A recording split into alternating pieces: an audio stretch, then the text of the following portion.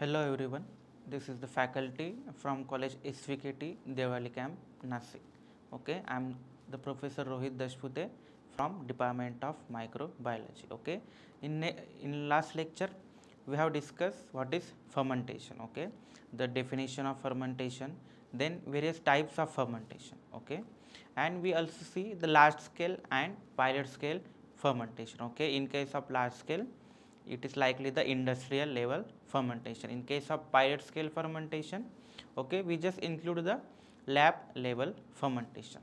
Then we have also see the properties of a fermenter, okay, the various properties and what should be the requirements to design a fermenter. Okay, next the designing of fermenter, then the various factors which are affecting the actual fermentation process. Okay, and the next one is the types of fermenter. Okay, in last lecture we have discussed this all points. So today we have discussed the various types of fermenter, okay, in which the first type is batch fermentation. There are three types of fermentation, okay, the batch fermentation, the fed batch fermentation and continuous fermentation. Okay, so these are the three types of fermentation. Okay, in today's lecture we have discussed or we will be discussing about the batch fermentation only. So we will discuss the introduction and working of batch fermentation. Then we also discuss the design of a batch fermenter. Then the various advantages and disadvantages about the batch fermentation process. So just look at the fermentation. So the fermentation is nothing but a substance which breaks down from a complex to simpler one with the help of any organism or say microorganism. Okay, so this is the fermentation, and by fermentation we will be having, or the product of fermentation is various antibiotics, then amino acids, vitamins, then your cosmetic products, etc., etc. So here our today's topic, the types of fermentation. So again there are three types of fermentation. The first one is batch fermentation, then continuous fermentation and fed batch fermentation. Okay, so the first one is in case of your screen. Okay, you have the three diagrams, the one labeled with the batch, the second one is fed batch and third one is continuous. In case of your batch, you have a one tank, okay, in which your shaft is there, the impellers are there. Okay, here the X, the S and P is there. Okay, so X is your inoculum and S is your substrate and P is your product. Okay, so remember this thing, the X is your inoculum, the S is your culture medium or say raw materials, and P, or it is a subset, S means subset, okay, and P is your product. So here the all three ingredients or all three materials are inside the tank. Okay, in case of your fed batch, you can see the X is there, the S is there and P is there, but the additional arrow is S and X. Okay, so you will add the S, that is your substrate, and your X, that is your inoculum. Okay, so this is the fed batch. So in case of your continuous fermentation, again you have the X, S and P. So you will be adding the S, that is your substrate, then X, that is your inoculum, and simultaneously you will be recovering the inoculum also, the substrate also and your product also. So in case of batch fermentation, all the materials, all the inoculum or your product is as it is. Okay, you will not interfere with the process unless and until it is completed. So in case of batch fermentation, once you add the raw material, then your culture inoculum, okay, you will allowed to react and then your product will be formed. So you will not add or remove any part or any content of your fermentation tank. So it is your batch fermentation. Okay, so the batch fermentation, in short, it's the fermentation in which once you add all the materials required for the fermentation, then you allow to react, and then finally after the completion of fermentation process you will be recovering your product. So that will be your batch fermentation. So next one is your fed batch fermentation. Once you add the all ingredients like your substrate, your culture inoculum, okay, and you allowed to react. But in case where the microorganism utilize the one of the sugar in large extent, okay, one of your media ingredients in large extent, okay, so there will be a decrease in the concentration of that one of the substrate. So you have to add that substance externally for the continuation of your fermentation process. Okay, so you add the substrate and your culture inoculum. Okay, it depends on what should be added and which concentration of your ingredients is less. Okay, so okay, in case of batch fermentation you don't interfere with the fermentation process, but in case of your fed batch fermentation, if the amount of any ingredients is less or it is decreasing to a certain extent, then you will be adding or you have to add the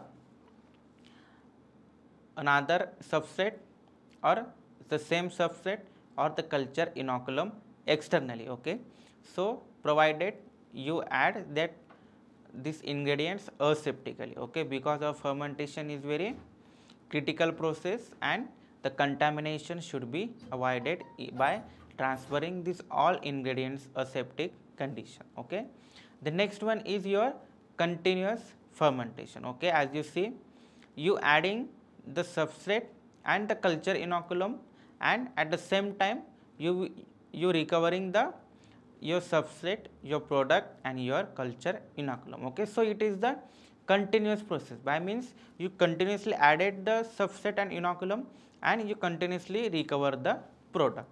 Okay, so this is the overall idea about the types of fermentation, that is your batch fermentation, the fed batch fermentation and your continuous fermentation. So the first one is batch fermentation.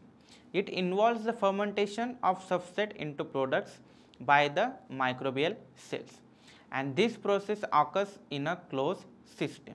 Okay, see here the closed system is there, that is your fermenter. Once you add all your components which are required for the fermentation process, so you will be closed all the system or all the entry points. Okay, so this process occurs within the closed system.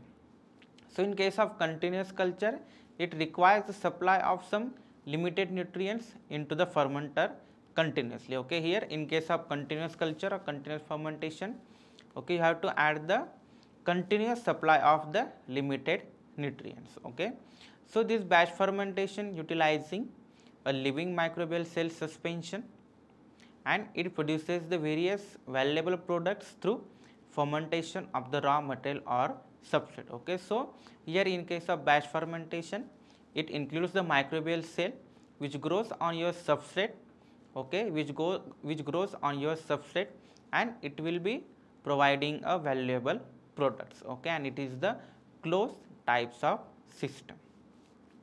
So in fermentation, a little inoculum, that is your little concentration of your microbial cell will convert carbohydrate into acids and alcohols, and this process takes place under the anoxic condition, or it may be aerobic or anaerobic, that is oxic and anoxic condition. So within the fermenter or the culture vessel, the fermentation of the desired substrate occurs. Okay, so the fermentation of desired substrate is occurs.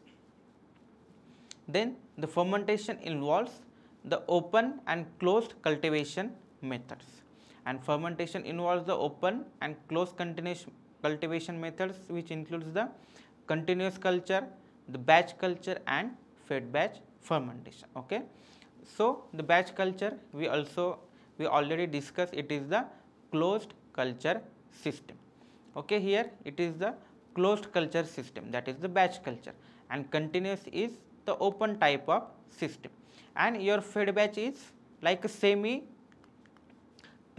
open system. Okay, the fed batch is like you have, like you are cooking some dish, okay, and you thought that we have to add some additional salt or say additional spices is remaining to add. Okay, so this will be, and this process is like your fed batch fermentation. So the fed batch fermentation is a semi open system. So it refers to a technique in which the microbial cells grow and multiply to convert substrate into products. Okay, as cell utilizing the given substrate or the given ingredients, so it will grow and it will give our product as a byproduct. And this type of fermentation is performed using a stirred tank fermenter. Okay, so the batch fermentation is one of the process which is carried out or which is performed using the stirred tank fermenter. Okay, so itself clears that it involves the batch wise fermentation of the specific media, and the microbial cell will be added, okay, as a culture inoculum, and we add the nutrients for its growth, and they ferment the raw material into the desired product within a predetermined fermentation time. Okay, so in case of E. coli, okay, we have the 20 minutes of generation time, that is the one E. coli will give the 2, and it is the divided by the binary fission condition. So it will be giving the 2 E. coli cells within the 20 minutes. So similarly, the organism which we applied or which we given to the fermentation tank, so it will definitely have some predetermined generation time. So that's why it will ferment the raw material for, it will utilize the raw material for its growth, and it gives the desired product with a predetermined fermentation time. So now the factor affecting the batch fermentation. Okay, we have discussed the batch fermentation, what is the process, okay, and which tank is used as a bioreactor. So it is the stirred tank fermenter.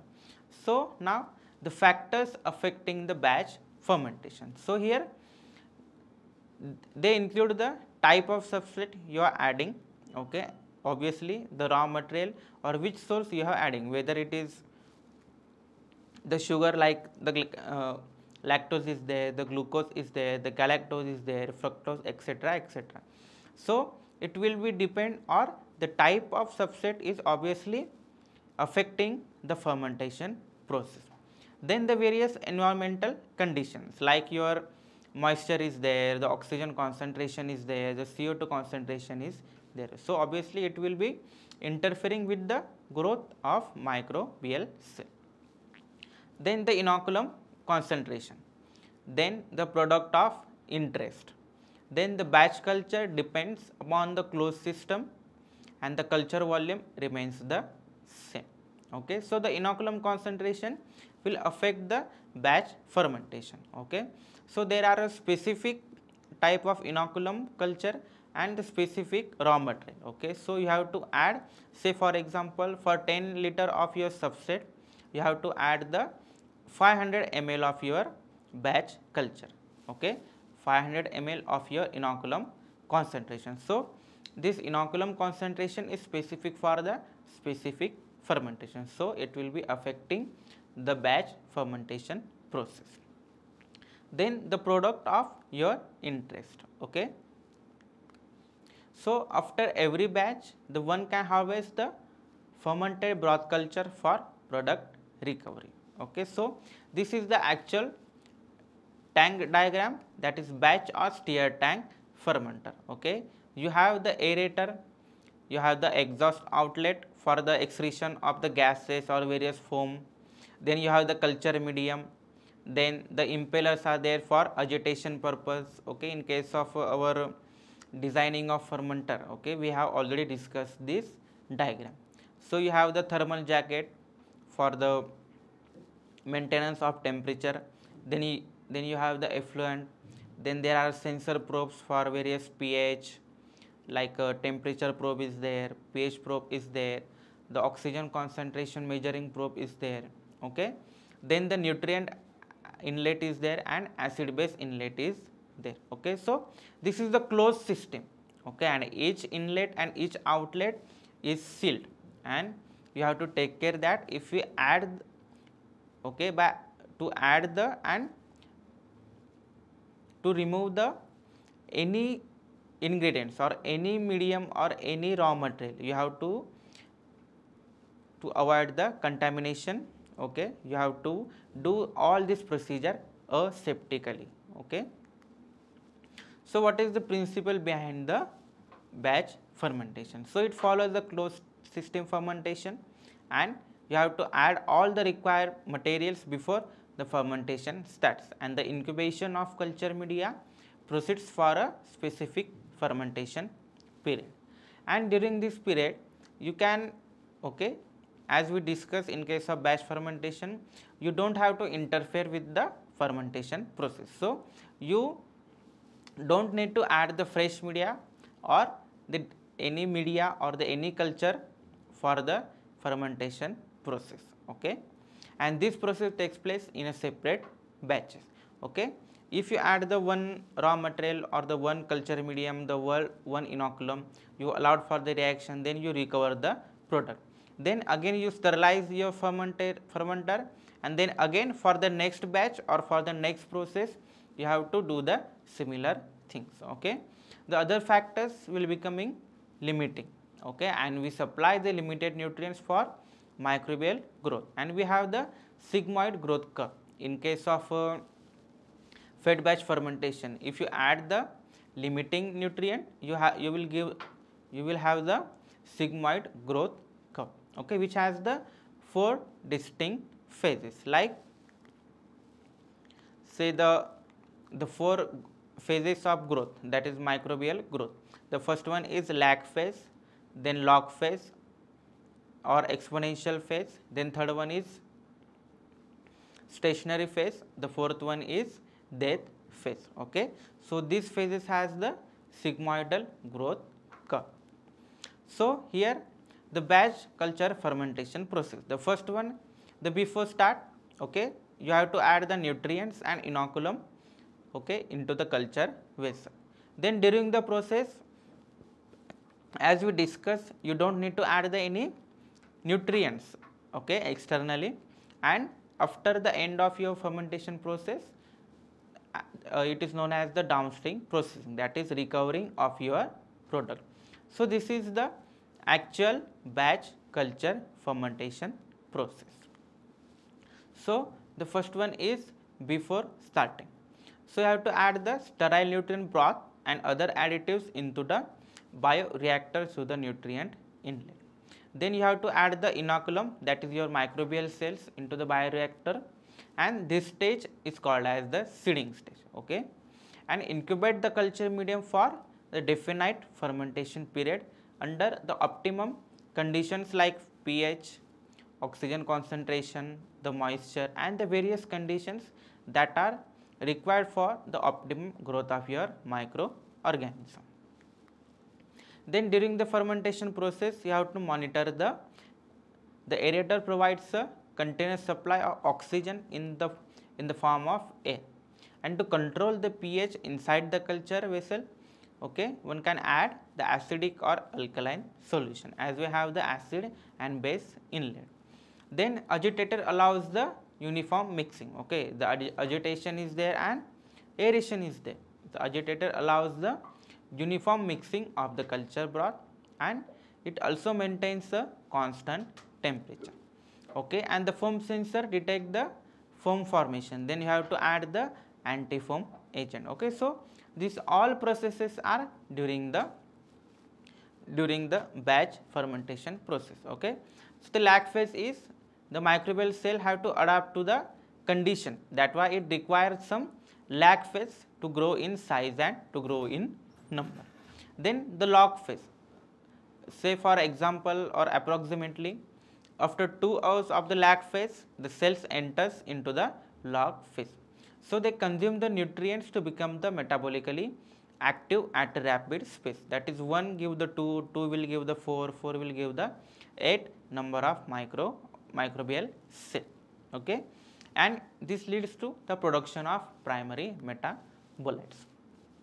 So there is an exponential increase in the number of bacterial cells, and the concentration of nutrients, microbial cells and products in the reaction mixture vary with the time. Okay, so you don't need to add the fresh media during this course of fermentation. Then the stationary phase. Okay, as a result, the microbial cells enters the stationary phase, and at this stage the production of secondary metabolites occur.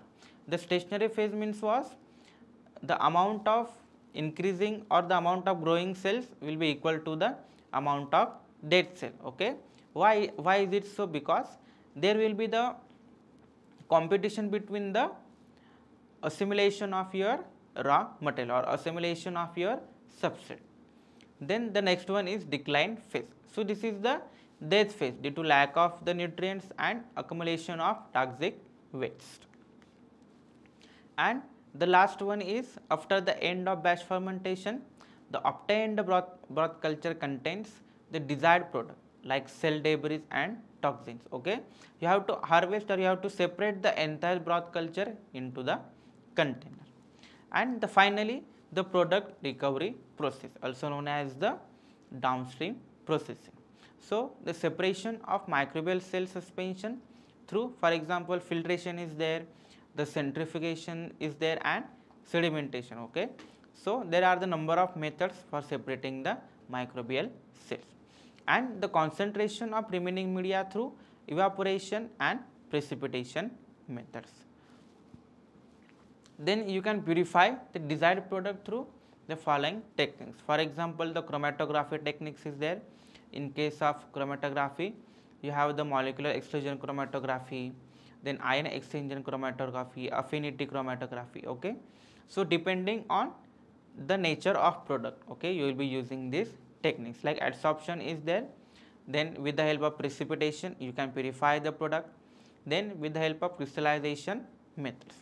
Then the final is drying. If your product is in the powder form or crystalline form, then you have to process for drying. Okay, so drying is the final product and the waste disposal.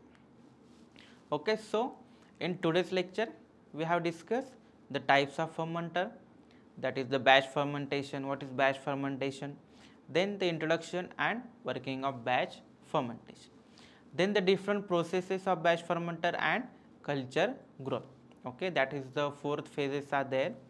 Then design of a batch fermenter. Okay, so which inlet, which outlet should be there. Okay, and all these procedure should be carried out in aseptic manner to avoid the contamination. Okay, if contamination arise there, then it will be interfering with the formation of product. Then we discuss its advantages and disadvantages. So you will have the assignment, right, to draw the well labeled diagram of batch fermenter, that is the stir tank fermenter. Then enlist all parts of batch fermenter like the various inlets, outlets, okay, various probes, the shafts and impellers. Then you have to mention the factors affecting the batch fermentation like the substrate concentration, inoculum concentration, the type of substrate, etc., etc.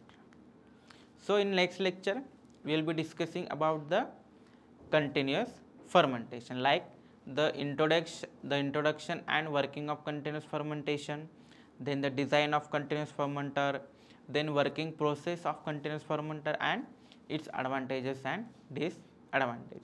Okay, thank you.